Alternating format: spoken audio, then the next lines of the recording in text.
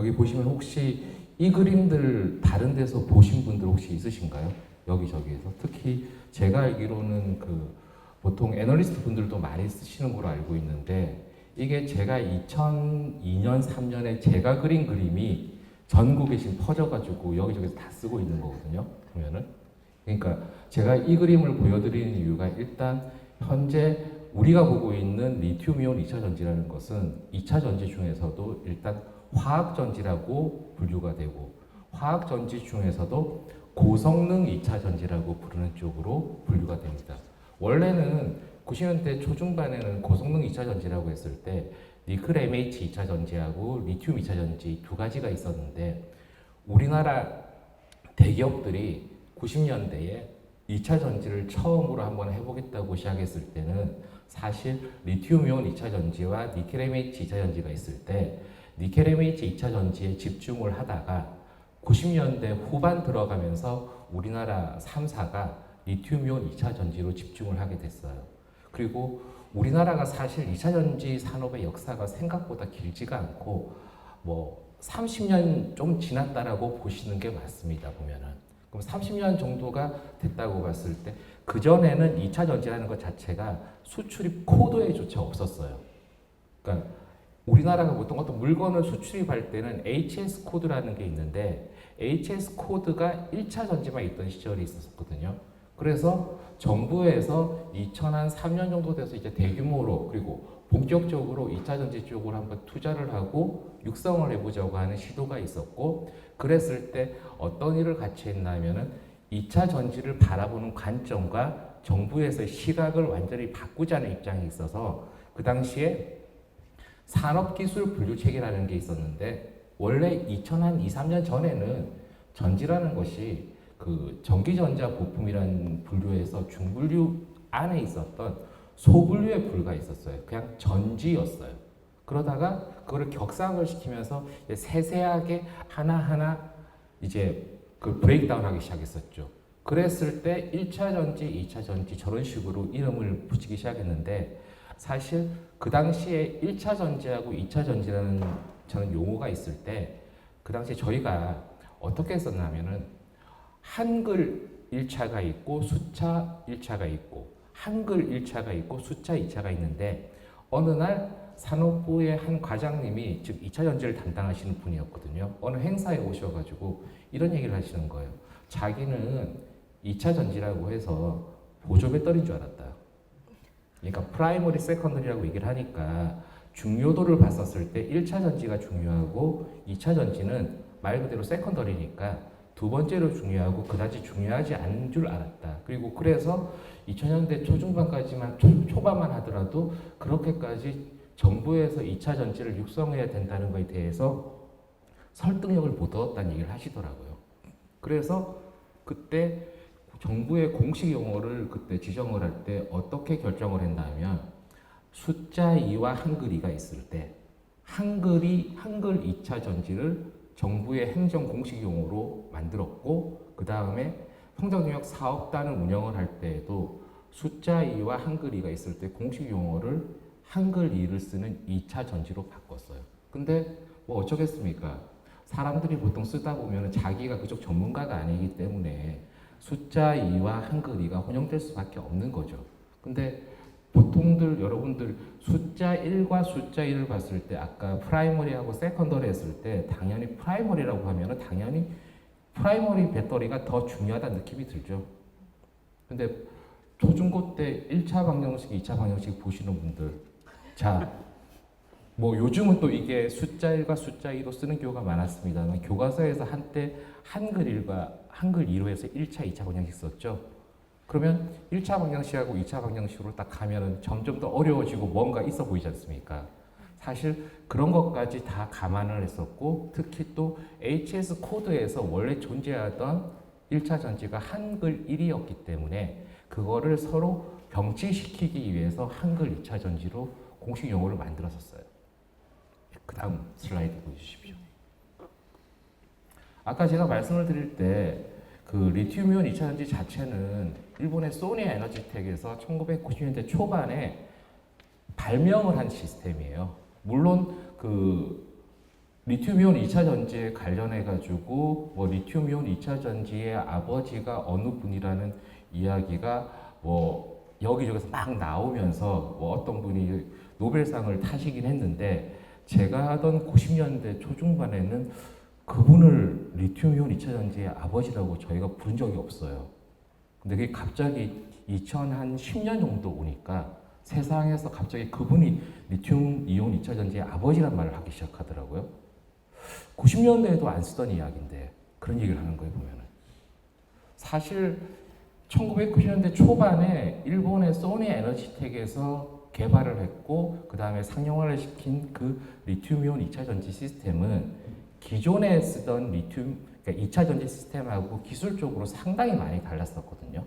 특히 이게 그 당시 초기에는 출력 밀도 같은 게 안 나오다 보니까 극판을 만드는 개념 자체도 그 전에 2차 전지 기술하고 많이 달랐었어요. 얇고 길게 만들어서 그 극판이 아주 긴 것을 돌돌돌 감아서 쓰는 형태였었거든요. 왜냐하면은 극판의 면적이 넓어야지만 출력 특성이 막 나오고 그러니까요. 그리고 또 그 리튬이온 2차 전지 역사를 보시게 되면은 제가 여기 그림에서 왼쪽에 보면은 빨간색으로 화살표를 쭉 올린 게 있고 그 다음에 오른쪽에서 보면은 파란색으로 화살표를 쭉 내린 게 있는데 저걸 무엇이라고 보시면 되나 하면은 그 왼쪽에 있는 것은 음극 활물질이고 오른쪽에 있는 것은 양극 활물질이에요. 이게 사실상 기술이 개발이 될 때 에너지 밀도가 어떤 방향으로 개발이 되고 있나 하면은 음극 활물질은 최초의 음극 활물질이 원래 소니 에너지텍이 하드카본이라는 걸 채용을 했었고 에너지 밀도가 가면 갈수록 높은 쪽으로 가고 있고요. 양극 활물질 쪽은 오히려 역설적으로 최신의 양극 활물질이 가면 갈수록 에너지 밀도가 낮아지는 방향으로 가고 있어요. 그리고 가운데에 보면 제가 전해질 이야기를 하면서 고체 전해질을 제일 아래에 하고 제일 위에다가 다 해놨었죠. 여러분들 특히 2차 전지에 요즘 관심 있는 분들 듣다 보시면은 자꾸 전고체 2차 전지, 즉 전고체 전지라고 부르는 걸 자꾸 많이들 들으시죠. 그러면은 여기에서 양극 활물질이 있고 음극 활물질이 있고 전해질이 있어요. 이 셋 중에서 가장 어려운 기술이 어느 쪽일까요? 가장 어려운 기술이. 또 제가 이렇게 얘기하니까 질문을 하게 되고 답을 하기 위해서 긴장을 하시게 되는데 뭐 꼭 제가 답을 듣기 위해서 말씀드린 건 아니었고요. 자, 전고체 전지가 마치 꿈의 전지라고 주장을 하면서 이야기가 나오는데 심플하게 봤을 때 전고체 전지라는 것 자체가 결국은 액체 전해질을 쓰던 시스템을 고체 전해질로 바꾼다고 하니 결국 그게 아주 어렵고 사실상 기술적으로 가장 하이엔드는 전해질 쪽 기술이 맞아요. 그런데 이 고체 전해질 쪽 얘기를 볼 때 제가 슬라이드 아래쪽에 써놓은 얘기가 있습니다. 리튬이온 2차 전지가 왜 나왔고 어떻게 나왔냐는 그 역사적인 이야기거든요. 원래 리튬 2차 전지라는 게 있었을 때 최초에 시도됐던 리튬 2차 전지는 음극을 이런 카본계를 쓰지 않고 리튬 금속을 그대로 쓰는 리튬 금속 2차 전지를 시도를 했었어요. 근데 그걸 가지고 캐나다에 있었던 어떤 2차 전지 업체와 그 다음에 일본의 핸드셋 업체하고가 아주 야심차게 핸드셋, 즉 그 어떻게 보면 모바일용으로 해가지고 리튬 금속 2차 전지를 채용을 했었는데 그때 처음에 시제품을 만들고 시장에 출시를 해서 쓰는 도중에 어떤 일이 벌어졌나 하면 사고가 일어났습니다. 즉 리튬 금속 2차 전지는 문제가 있다는 거죠. 그래서 그때 리튬 금속 2차 전지의 안전성 문제를 해결하기 위해서 크게 두 가지 방향으로 기술 개발 방향이 잡혔거든요. 첫 번째 하나가 애초에 안전에 문제가 되는 금속 리튬을 아예 없는 시스템을 만들자. 즉 금속 리튬 프리 시스템을 만들자고 한 게 일본에서 주도적으로 개발했던 리튬이온 2차 전지가 되는 것이고요. 그 다음에 아니 금속 리튬을 쓰면은 그 당시로서는 에너지 밀도가 아주 높게 확보가 될 수 있으니 금속 리튬은 최대한 살리고 어차피 충방전할 때 안전에 문제가 되는 것은 덴드리틱 리튬, 이걸 우리말로 해서 수지상 성장한 리튬 금속이라고 하는데 그걸 억제할 수 있는 방향으로 해보자. 그렇게 시도가 됐던 게 그 당시에는 주로 우리말로 전고상 2차 전지라고 불렀어요. 이 두 가지 트렌드가 있었는데 이거는 주로 일본보다는 미국이나 유럽 쪽에서 집중적으로 연구를 했었거든요. 그럼 이 두 가지의 갈래길에서 제가 이 상황을 보통 어떻게들 말씀을 드리냐면은 그 한때 TV에서 어떤 그 주말에 하던 프로그램 중에서 그래 결정했어야 하던 프로그램 기억나시죠? 인생에서 왼쪽으로 갈 거냐 오른쪽 길로 갈 거냐 해가지고 근데 바로 저기에서 저 갈림길에서 리튬 이온을 결정한 국가와 회사가 있었고 자기들은 끝까지 금속 리튬은 오케이다 할 수 있다 덴드리틱 리튬만 없애면 된다고 했었던 그 대륙과 회사들이 전고상 2차 전지를 결정을 했었는데 여기서 어마어마한 차이가 일어났죠.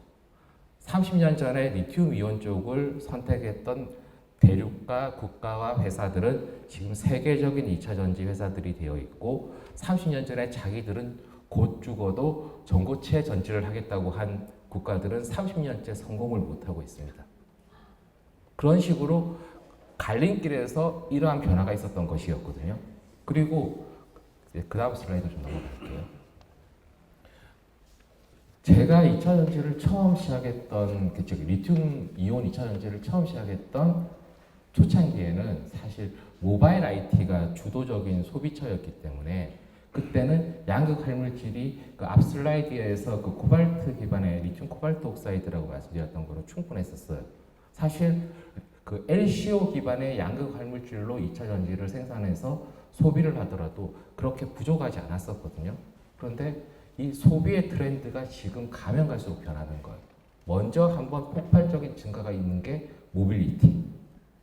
모빌리티에 의한 수요가 폭증을 하게 됐고 그 다음에 폭증 단계가 가고 있는 게 이제 전력망과 연결이 돼가지고 그리드 커넥티드 배터리 혹은 제가 그리드 커넥티드 에너지라고 부르는 게 있는데 전 세계적으로 2차 전지가 그냥 정말 모든 곳에서 다 쓰는 그 소비처라든지 이런 게 제가 표현할 때 2차 전지 대량 소비의 시대가 왔다고 제가 얘기를 하거든요. 즉 2차 전지가 없는 시대, 없으면 안 되는 시대가 지금 와버린 거예요.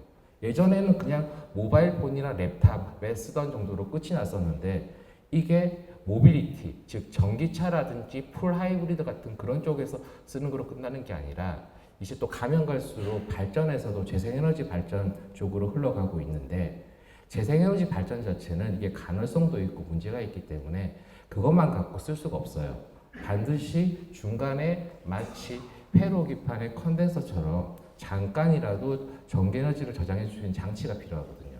그러니 그 일렉트릭 에너지 스토리지 시스템이라고 부르는 시스템이 또 필요하게 되면서 그냥 어마어마한 소비가 폭증을 하게 되면서 이게 코발트로도 감당이 안 되고 그 다음에 니켈로도 감당이 안 되고 그러니까 이제 철 기반도 필요하다는 시대가 왔고 이제 향후 시장 전망을 봤을 때 이러다가 리튬 이온 갖고도 감당이 안 되겠다는 이야기가 나오면서 소디움 이온도 필요하게 될 거다. 뭐 그렇다고 해서 뭐 이쪽으로 갔을 때 저 차세대 시스템이나 현재 시스템인 그 리튬 이온이 사라지고 소디움 아이온으로 가는 건 아니고요. 보면은 가면 제가 원래는 소디움 아이온이라고 드렸는데 아마 슬라이드를 만드실 때 리튬으로 바꿔버리셨네요. 그 밑에 있는 게 아니야 저기 철 기반의 리튬 아이온 테크놀로지 밑에 그 있는 것은 저게 리튬이 아니라 제가 소디움, 그러니까 우리말로는 소디움 혹은 나트륨이라 부르거든요. 그러니까 제가 오타라고 생각하셨나 봐요 보면은. 네. 저기 원래 제가 했던 거는 소디움 아이온이라고 해서 요즘 SIB라고 부르는 기술이에요. 즉 완전히 이쪽으로 흘러가고 있는 상황이고요. 그리고 잠깐 또 앞으로 돌아가서 요즘 보면은 양극 활물질 얘기할 때 LFP가 최고다 아니면은 삼원계가 최고다 막 싸우고 있잖아요. 또 그리고 보통 웹 커뮤니티 같은데 댓글 달리는 거 보시면은 LFP를 비난할 때 전 중국에서는 하는 구식 기술이고 에너지비도 자체 못 쓴다는 얘기들 많이 하죠. 근데 참 역설적으로요. LFP를 세계 최초로 발명을 한 곳이 중국이 아니고 미국입니다. 미국 쪽에서 발명을 한 것이고 제가 여기에서 그 타임 스케일로 봤을 때 가장 최근에 개발이 된 기술이 바로 LFP라고 보시면 됩니다. 뭐 일단 시간은 제가 이 정도로 하는 게 좋겠죠? 일단 나중에 질문이 있으시면 이제 질문에 대해 답해 드리는 것으로 하고 일단 제 발표는 이 정도로 마치겠습니다.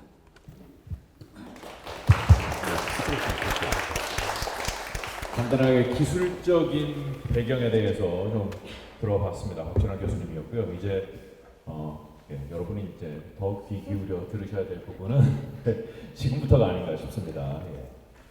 키움증권의 권준수 연구원이 투자를 어떻게 하면 되는가? 그거 얘기해 주실 거죠? 네, 맞습니다. 네. 너무 어려워하시는데요. 집중하십시오.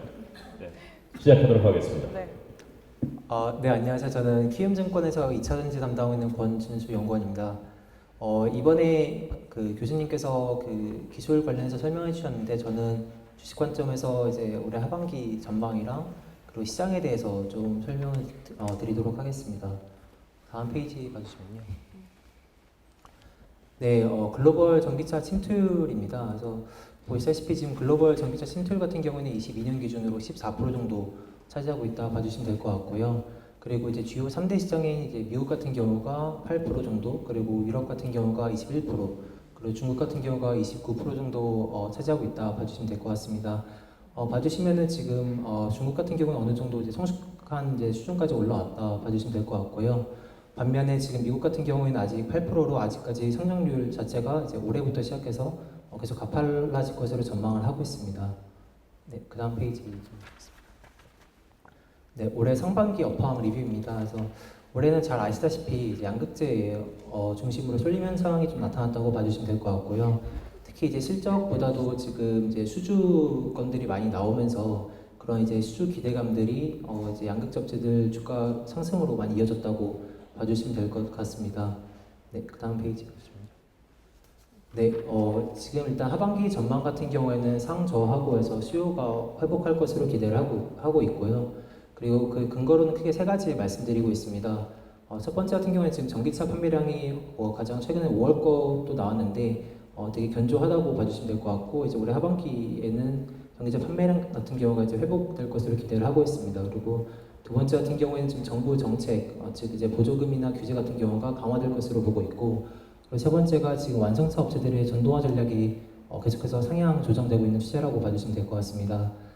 우선 첫 번째 거를 말씀드리면 이제 전기차 판매량 회복세입니다. 그래서 주요 3대 시장 중에서 중국 같은 경우가 지금 보시다시피 올해도 좀 하반기로 갈수록 회복될 것을 전망을 하고 있는데, 우선 올해 상반기 같은 경우에는 이제 올해부터 그 보조금이 좀 중단이 되면서 예상했던 것보다 전기차 판매량이 조금 저조했었습니다. 근데 올해 하반기로 갈수록 이제 회복될 것으로 기대를 하고 있고, 올해 연간으로 보시게 되면은 전년 대비 한 30% 정도의 성장률을 보일 것으로 전망을 하고 있습니다.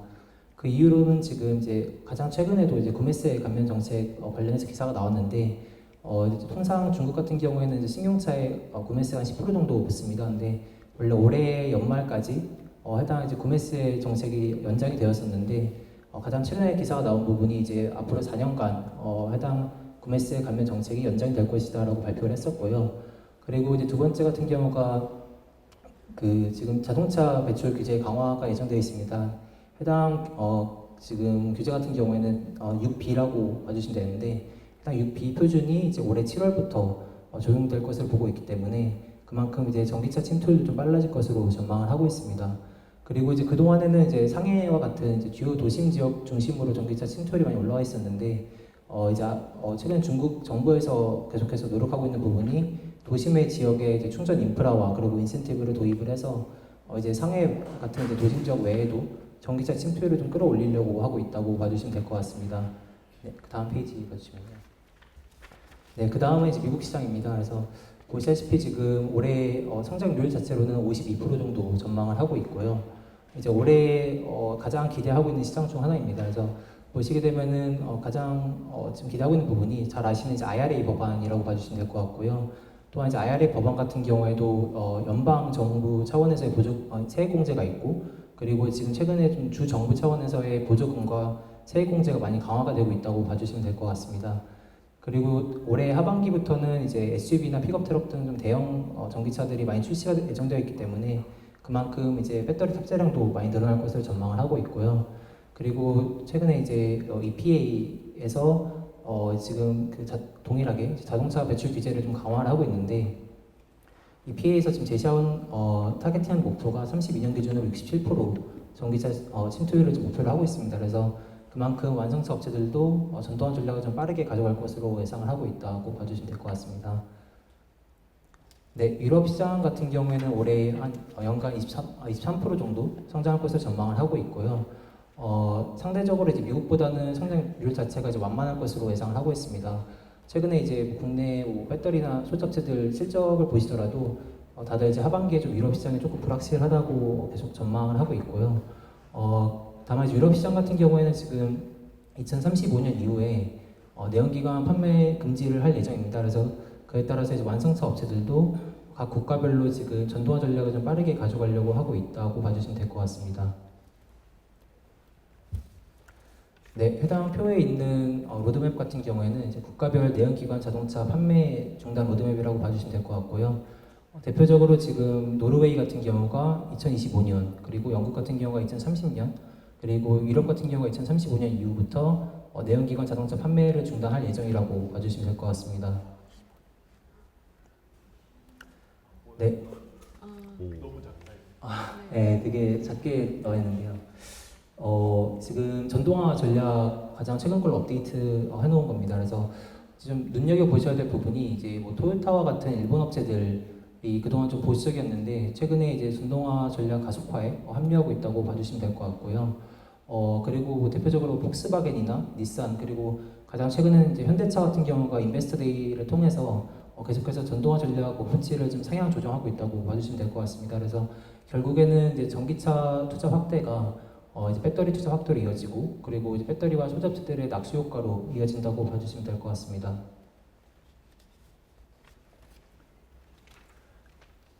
네, 그래서 IRA 법안 표라고 봐주시면 되는데 지금 이제 IRA 같은 경우는 잘 아실 것 같아서 기본적인 내용을 좀 생략을 하고 가장 최근 이제 3월 31일에 이제 IRA 시행령이 나왔었습니다. 근데 지금 이제 올해 하반기 투자 전략 중 하나로 지금 배터리 부품의 소재에 좀 주목할 필요가 있다고 말씀드리고 있고요.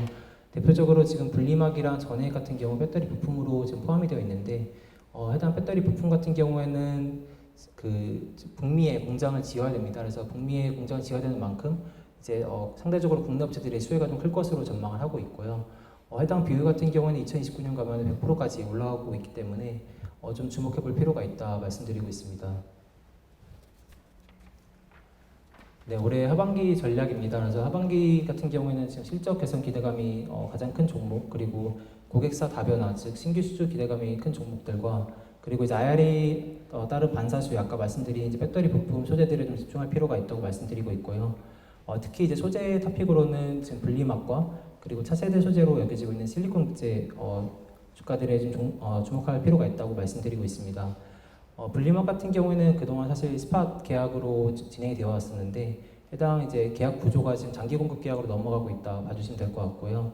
그리고 그동안 사실 이제 분리막 같은 경우는 중국 소재들이 많이 점유를 해왔었는데 이제 배터리 부품으로 좀 분류가 되면서 실제로 국내 업체들 같은 경우는 고객 다변화가 좀 본격화될 것으로 지금 움직임이 나타나고 있습니다. 그래서 올해 하반기부터 해서 내년에 좀 고객 다변화가 본격화될 것으로 예상을 하고 있고, 그리고 실리콘 국제 같은 경우에는 이제 내년부터 해서 실리콘 국제 탑재 차종 같은 경우가 좀 증가할 것으로 예상을 하고 있습니다. 그래서 내년부터 해서 이제 점진적으로 시장이 개화될 것으로 예상하고 있기 때문에 관심 좀 가질 필요가 있다고 말씀드리고 있습니다. 네, 이상으로 좀 발표를 마치고 궁금하신 내용 있으시면 질문 받도록 하겠습니다. 네, 굉장히 예상보다 빠르게 여러 장의 슬라이드를 소개해 주셨는데 좋다는 얘기죠? 예, 상반기에 우리나라 주식시장이 뭐 거의 하나를 꼽으라면 배터리였기 때문에 하반기에도 좋다. 다만 양극재 위주의 상승세가 지속됐다면 하반기에는 분리막이라든지 실리콘 이쪽도 괜찮을 것 같다. 이렇게 요약을 해봐야겠죠. 네. 자, 저희가 지금 뜬구름 잡는 얘기를 좀 하고 있네. 이 사람들이 이렇게 느끼실지도 모르겠습니다. 아니 그래서 내가 가진 것이 이거 어떻게 되는 건가 이렇게 궁금해하실 분들도 있을 것 같고, 기술적으로도 이게 사실 저는 강의를 들어도 저 뭐 문과생이라서 그런지 모르겠지만은 무슨 얘기인지 잘 모르겠는 부분도 분명히 있고 한데 직접 질문할 수 있는 기회를 드리겠습니다. 직접 질문하시면은 설명을 해주시고 직접적으로 아마 질문하실 기회가 많지는 않을 것 같은데 질문을 하실 분은 손을 들어주시면은 질문할 기회를 드리겠습니다. 말씀하신 것처럼 사실 2차전지 업종 같은 경우 밸류에이션 부담이 좀 있습니다. 그래서 뭐 통상 뭐 40배, 뭐 50배, 70배까지도 지금 그 PER 기준으로 받고 있는데 사실 이게 2차전지 업종에 좀 관심이 더 높아진 이유가 사실 국내에서 이제 2차전지 업종 같이 성장률이 나오는 산업이 그렇게 없습니다. 그래서 지금 이제 뭐 특히 이제 북미 시장 같은 경우가 이제 막 그 개화되는 시장이다 보니까 이제 국내 업체들 같은 경우가 수혜를 많이 볼 것으로 예상을 하고 있고 그리고 최근에는 이제 단지 실적뿐만이 아니라 그러한 수주 기대감이 좀 주가에 많이 반영이 되고 있기 때문에 이제 올해 하반기에도 좀 그러한 수주 기대감은 좀 유효하다고 보고 있습니다. 다만 이제 그 중에서도 이제 좀 기술력이나 아니면은 상대적인 밸류에이션이 좀 저렴한 종목들을 좀 선별할 필요가 있다고 말씀드리겠습니다. 그러니까 사실 중국 쪽이 뭐 CATL도 그렇고 뭐 다들 이제 주가 많이 하락했습니다. 근데 가장 큰 이유가 최근에 이제 북미 시장 진입이 좀 제한된 부분이 이제 디스카운트 요인으로 많이 작용했다고 보고 있고요. 그리고 반대로 지금 LG엔솔이나 그동안 이제 뭐 국내 양극재 업체들도 그렇고 상대적으로 주가 프리미엄을 받았던 이유가 지금 이제 북미 시장 진출 가능한 여부가 좀 크게 작용을 했다고 봐주시면 될 것 같습니다. 다만 최근에 이제 좀 이제 중국이 이제 우회해서 미국을 들어가는 게 아니냐에 대한 논란이 많이 생기고 있는데 그러한 부분이 이제 사실 그러니까 우려국가에 대한 가이던스가 이제 올해 하반기쯤 나올 예정인데 그러한 부분이 나와봐야 알겠지만은 이제 중국 업체들 같은 경우에는 그동안 중국 시장 내수 시장 중심으로 성장을 해왔지만은 향후 이제 유럽 시장에서 조금 좀 확장 가능하거나 아니면은 이제 미국 시장에 진출이 가능하다고 하면은 그런 부분이 좀 해소될 수는 있다고 보고 있습니다. 다만 아직까지는 좀 북미 시장이 좀 제한된 부분이 있기 때문에 조금 신중할 필요가 있지 않나 하고 보고 있습니다. 부끄러워하지 않으셔도 됩니다. 계좌의 수익률 말씀 안 하셔도 되고요. 손해본 게 뭐 그렇게 잘못한 건 아니잖아요. 네. 제가 여쭤보고 싶은 거 있는데 교수님한테 요새 뭐 전고체 배터리 교수님도 잠깐 말씀하셨지만 이게 얼마나 빨리 시장에 나올 수 있다고 보시나요? 이거 나오면은 뭐 기존의 배터리들보다 훨씬 좋다고 많이들 얘기합니다. 네, 좋은 질문하셨어요. 안 그래도 지금 2차 전지를 이야기할 때 사실 많은 분들이 이 전고체 전지에 대해서 물어보시는 분들도 많고 그냥 여기저기에서 자꾸 꿈의 전지라고 이야기를 하니까 전고체 전지 이야기만 나오면 뭐 사실 제가 뭐 들어오기 전에도 살짝 말씀을 드렸는데 펀더멘털하고 주가는 같이 가는 게 아니기 때문에 제가 아무리 기술이 좋고 나쁘다 하더라도 주가는 전혀 다르게 디커플링 되거든요. 일단 기술적으로 말씀을 드리자면 제가 아까 슬라이드에서 말씀을 드릴 때 전고체 전지가 최근이나 최신 기술이 아니라고 제가 말씀을 드렸어요. 그러니까 즉 30년도 전에 계속 시도가 됐던 기술이고 그리고 물론 최근에 시도가 되는 전고체 전지가 일종의 차세대 전고체 전지라고 할 수 있는 건데 사실 제가 그 말을 좀 드리기도 되게 좀 명구스러운 게 상용화된 적이 있어야지 차세대가 되죠. 차세대가 된 적이 그러니까 상용화가 된 적이 없는데 차세대란 말을 할 수가 없잖아요. 그런데 사실 전고체 전지가 만약에 한 20년, 30년 전에 상용화가 됐다면 그때는 좀 괜찮다고 할 수 있었을 거예요. 근데 지금 전고체 전지가 너무 강력한 경쟁자한테 지금 도전을 하고 있거든요. 리튬이온 2차 전지만큼 2차 전지 역사상 이렇게 강력한 지배력을 가진 전지가 없었어요. 즉 들어오기가 쉽지가 않습니다. 그 다음에 제가 아까 보여드렸을 때 모바일 IT하고 그 다음에 모빌리티하고 그 다음에 또 그리드 커넥티드 타입으로 해서 전기에너지 저장 장치를 말씀을 드렸는데 사실 2차 전지 얘기들을 들으시면 안전성에 대한 걱정들을 많이 하시잖아요. 근데 이게 하필이면요 모빌리티 쪽에 사용이 되는 2차 전지는 이야기가 나오면 차량에 사고가 일어날 수 있기 때문에 그 사고에 의한 안전성 문제를 많이 제기하거든요. 그럼 제가 이 얘기를 왜 드리냐?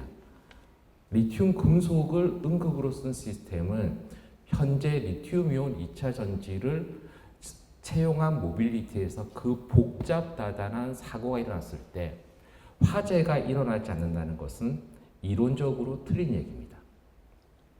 즉 그래서 오히려 모바일 IT 시절에 그때면 그나마 조금이라도 가능성이 있었을지 모르겠는데 현재 대량으로 사용이 되는 모빌리티 쪽은 사실상 어렵다고 보시면 될 것 같고요. 그렇지만 하나 정도 가능성은 있어요. UAM 쪽.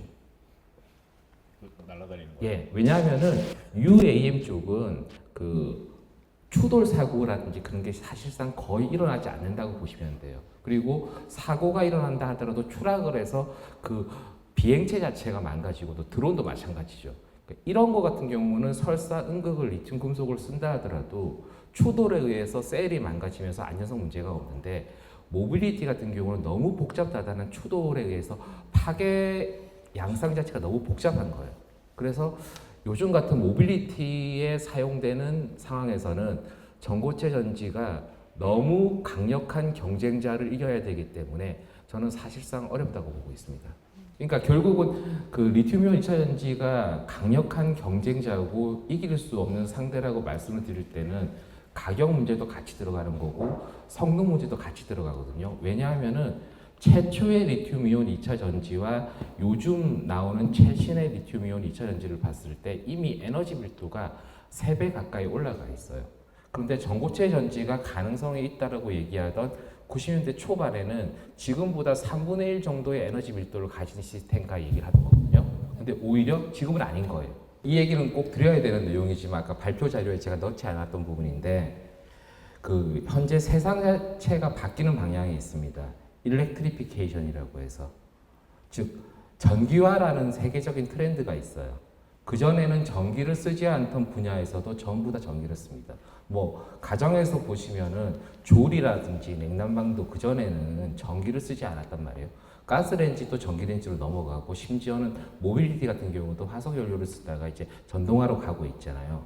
즉 전기 에너지의 사용량이 급증하고 그 비율이 올라가면서 2차 전지의 사용량이 같이 급등을 하고 있는 거고요. 그래서 제가 아까 말씀을 드릴 때 배터리 대량 소비의 시대가 지금 다가오고 있는데 사실 제가 90년대에는 이런 일이 벌어질지 전혀 생각을 못했어요. 즉 어떻게 보면 그 2차 전지를 하는 저희 입장에서도 이건 상당히 당황스러운 상황이거든요. 보면은 그래서 드리는 이야기인데 2차 전지가 상당히 시장은 커지고 계속 바이어블하게 살아갈 것은 틀림이 없어요. 근데 이게 문제가 하나 있는 거예요. 제가 그래서 아까 좋은 질문 해주셨다고 말씀드린 건데 제가 하던 90년대, 제가 시작했던 90년대 초반에는요 이 2차 전지에 대해서 관심을 가진 국가 자체가 한중일 정도였어요. 즉 모바일 IT에 쓰는 2차 전지라는 이야기가 나올 때는 관심들을 아예 안 가졌어요. 그리고 뭐 리튬 이온쯤이야 금방 전고체를 해서 따라잡지 하고 미국이나 유럽에서 자기들은 그냥 리튬 이온의 차세대를 전고체로 본다고 했던 거거든요. 뭐 그러다가 이제 뭐 속칭 망하고 그 자기들이 망했다라는 느낌을 받고 모빌리티 시장이 점점 올라가면서 이제 뒤늦게 2010년대 한 초중반에 자기들도 이제 리튬 이온을 하자고 하면서 어떤 일이 벌어졌냐면 전 세계가 리튬 이온에 지금 관심을 갖고 있습니다.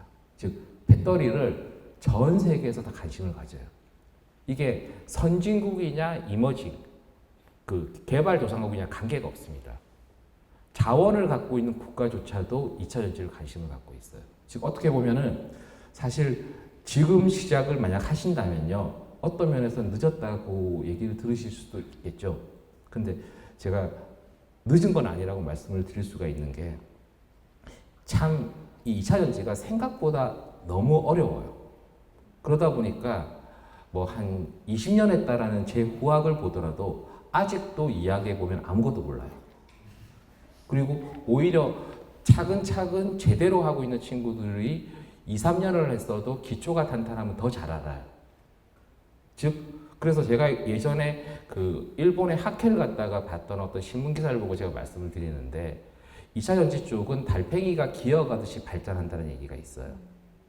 즉, 지금 시작을 하시더라도 본인이 좀 마음 먹고 하신다면 이쪽은 상당히 괜찮을 거라고 말씀을 드리지만 다만 호흡을 상당히 길게 보셔야 돼요.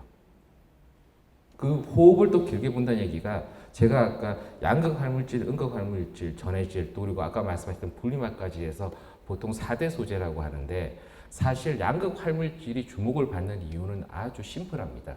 호흡이 상당히 짧아요. 그러니까 뭔가 자꾸 바뀌는 게 보이는 거예요. 그런데 전해질하고 음극화물질하고 분리막은요. 여러분들이 보통 보는 타임 스케일에서 변화가 없습니다. 신기술도 없어요. 최초의 소재나 기술이 그냥 최고인 경우가 되게 많아요. 리튬 코발트 옥사이드가 아직도 쓰이고 있단 말이에요. 모바일 IT에서는요. 모바일 IT용으로는 리튬 코발트 옥사이드만한 양극화물질이 없어요. 분리막도 마찬가지고요. 그 다음에 전해질 같은 경우는 초기에 소운 에너지텍이 프로필렌 카보네이트라는 그 용매 기반에서 그 다음에 산요가 가면서 흑연제를 쓰기 위해서 에틸렌 카보네이트라는 쪽으로 바뀌었거든요. 이쪽도 바뀌는 게 없어요. 근데 이거를 고체로 바꿔보려고 노력을 하지만 안 되는 거거든요. 근데 이런 것처럼 특히 그 재직하고 있는 그 직장에서는 주로 활물질 쪽 많이 하시고 그 다음에 그 리사이클링 쪽 이제 하시잖아요 보면은. 그리고 또 제가 그쪽도 좀 자세히 아는데 호흡이 길다는 거 생각하시고 차분히 하신다면은 뭐 어떤 면에서는 철강 쪽에서 요즘 최신 기술을 하시는 것보다 낫지 않을까 싶기도 합니다.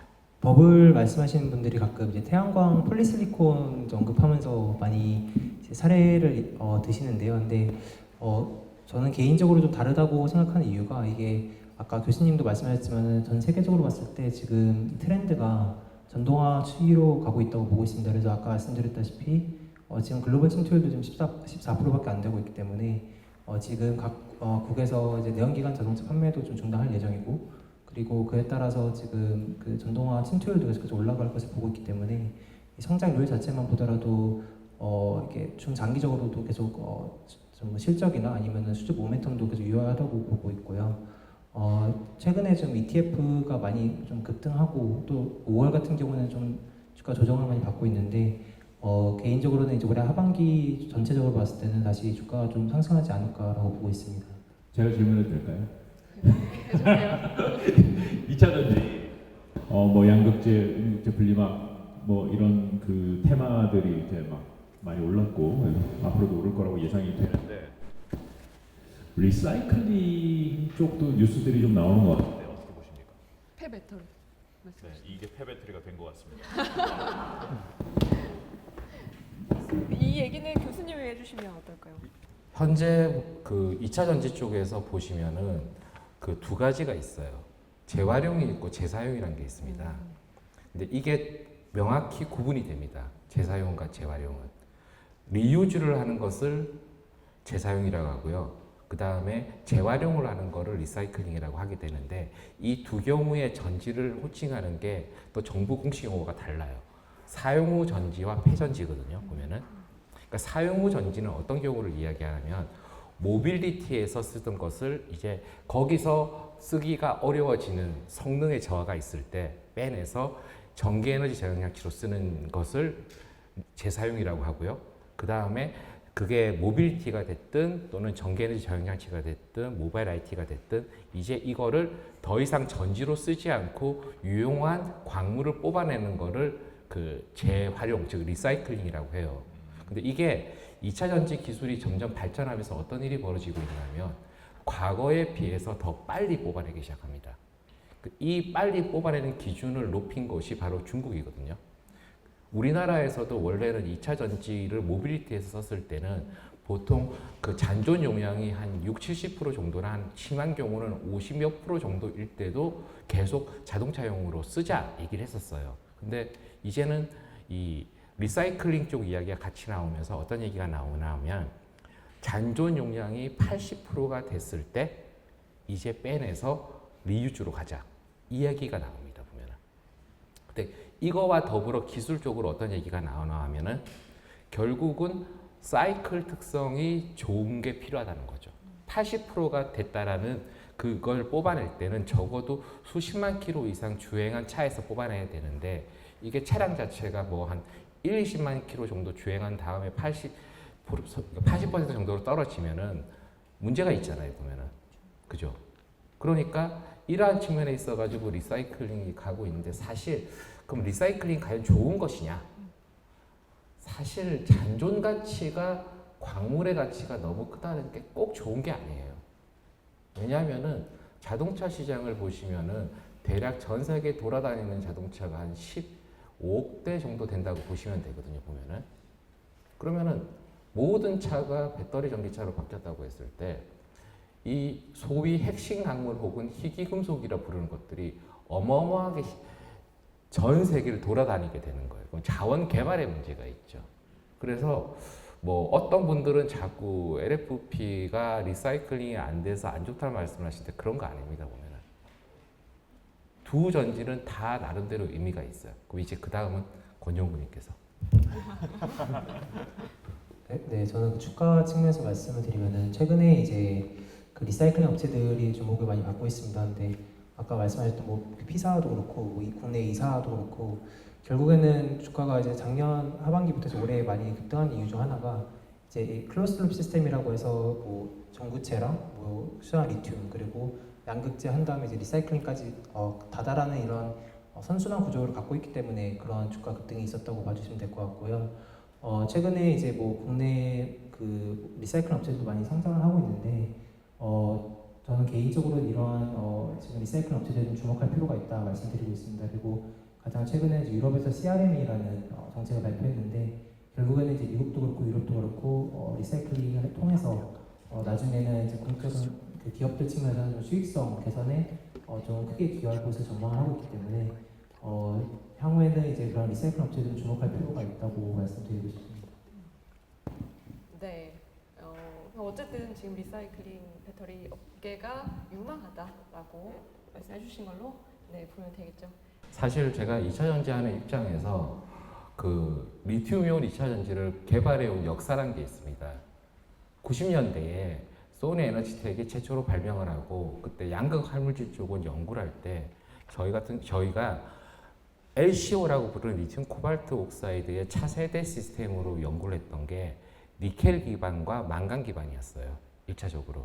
그러면 이것만 연구한 게 아니라 철 기반의 양극 활물질에 대한 연구도 어마어마하게 했었어요. 전 세계적으로. 근데 문제가 현재 나오는 그 리튬 코발트 옥사이드나 삼원계라고 부르는 이 소위 층산계 화물이라고 부르는데 철 기반의 화물이 층산계 화물이 안 나오는 거예요.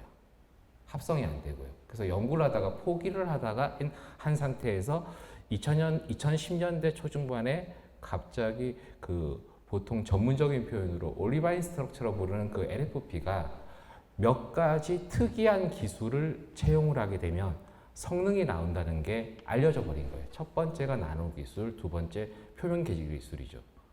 그러면서 그 LFP가 다시 나오게 됐거든요. 결국 제가 이 얘기를 드린 게 뭔가 하면 2차 전지의 사용량이 급증하게 됐을 때 자원에 대한 어떤 한계 이거를 걱정할 수밖에 없게 되고 그리고 리튬과 그다음에 니켈, 코발트와 니켈에 대한 걱정을 이제 넘어가서 LFP 쪽도 지금 걱정이 있습니다. 이쪽도 리사이클링 얘기가 왜 나오나 하면은 철하고 인조차도 리사이클링을 해야 되는 시대가 올 거예요. 즉 15억 대 정도의 이 중요한 핵심 강물이나 물론 철은 핵심 강물이 아닙니다만 이렇게 그냥 전 세계에 깔려서 돌아다니는 거예요. 깔려서 돌아다니게 하기 위해선 개발을 해야 되지 않습니까?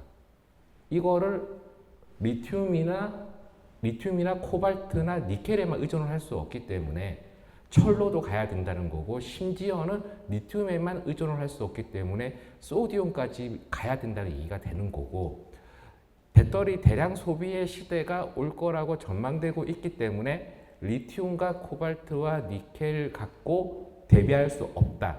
철로도 대비를 해야 되고 심지어는 소디움까지도 대비의 도구로 써야 된다는 얘기가 나오는 겁니다.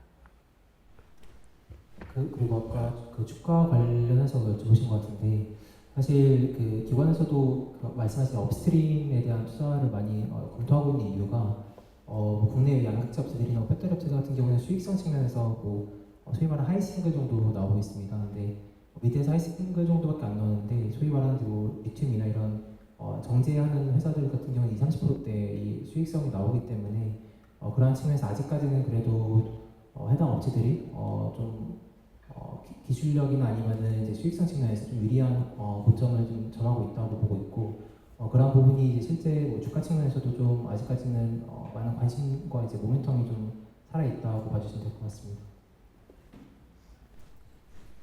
네, 이제 거의 마무리할 시간이 됐는데요. 네, 질문하실 줄 알고 중요한 질문이 안 나온 것 같아서 제가 직접 한번 드려보겠습니다. 그 최근에 한국 2차 전지 특정 업체의 그 주가가 엄청나게 많이 치솟으면서 반대로 중국산 배터리에 대한 그 기대도 높아지고 있어요. 근데 이제 중국산 배터리가 한국산 그 배터리의 라이벌이 될 수 있다. 그리고 이제 한국에도 중국산 이제 승용차가 그 전기차, 승용차가 들어올 예정인데 그래서 중국산 배터리는 위험하다 이런 얘기가 많이 나돌고 있거든요. 이게 좀 비교가 가능하실까요, 교수님? 한국에서 생산하는 배터리와 중국에서 생산하는 배터리의 차이와 중국 배터리가 더 위험하다는 게 맞는지 궁금합니다. 그 국가별로 기술이라든지 그 산업에서 생산되는 제품을 비교를 하실 때는요, 좀 비교의 기준을 잘 놓고 보셔야 돼요. 우리나라 배터리 3사 비교를 할 때는 무조건 중국의 탑티어급, 그러니까 보통 세계시장 점유율의 한 10위나 15위 안에 들어가는 기업들의 기술을 놓고 비교를 해야 되거든요. 그러니까 제가 이 얘기를 드린 이유가 현재 중국의 셀 메이커에서 생산한 셀을 채용한 한국산 배터리 전기차나 또는 중국산 배터리 전기차가 있다고 했었을 때 그 안전성의 문제는 자동차 회사들이 안전성에 대한 검증을 하고 출시를 합니다. 즉, 뭐 현대기아차에서 설사 중국 셀 메이커의 셀을 채용을 했다 하더라도 이 차에 그 셀을 채용했을 때 그 현대기아차가 할 수 있는 범위 내에서 검증이 된 상태이기 때문에 문제가 없다라고 보시는 게 맞습니다. 제가 타고 있는 거는 아직까지 제가 클린 디젤을 타고 있습니다. 그게 왜 그런가 하면은 그 차라는 게 한번 사면은 교체 주기라는 게 1, 2년이 아니잖아요. 또 특히 저 같은 경우는 또 차를 사면 거의 한 10년 정도 타고 있는 상황이거든요. 근데 딱 어떻게 보면 이제 교체 주기에 임박해 왔거든요. 그래서 지금 있는 차들을 딱 들여다봤을 때 제가 사고 싶은 차에서 그 채용을 했으면 하는 기술이 아직 몇 가지 부족해요. 첫 번째, 저는 적어도 그 현대기아차가 채용을 한 800V 시스템이 장착된 차를 사고 싶고요. 두 번째, 그리고 차량의 전장이 현재 12V에 머물러 있고 최신 자동차 기술들이 이제 48V로 올라가고 있거든요. 즉, 그 일론 머스크가 안 그래도 인베스터 데이에서 자기들이 앞으로 그 최신 배터리 전기차 자기들 신차들은 48V 시스템으로 바꾼다고 얘기를 했잖아요. 그래서 48V 시스템으로 올라간 차가 나오면 사고 싶은데 뭐 그럼에도 불구하고 올 하반기와 내년 초에 나오는 신차들이 너무 괜찮은 것들이 있어서 자꾸 그 유혹을 좀 피하지 못하고 있거든요. 그리고 안전성 부분에 대해서 저는 크게 걱정을 안 합니다.